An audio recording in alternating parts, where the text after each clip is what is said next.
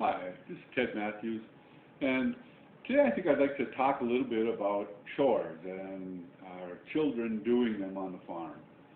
One of the problems that I continually hear is how unfair it is for the kids to do chores and how important sports are and how important all the extracurricular activities are and being social in school and so on.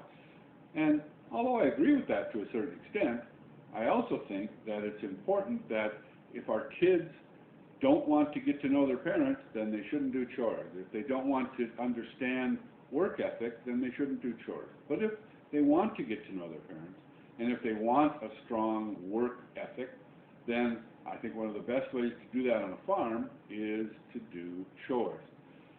Dad and mom are out working and doing chores. If the kids are going to get to know them, that's the only way they're going to be able to do that.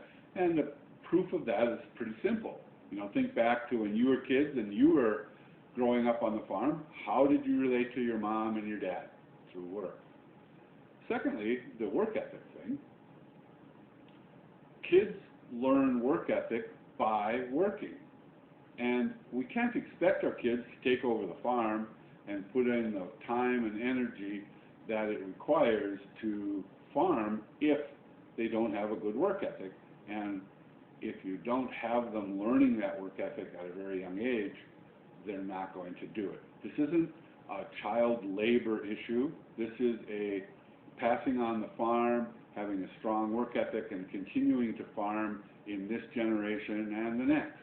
So I would strongly advise you to look at what that all means to you and have your kids continue to do chores. Thank you. This is Ted.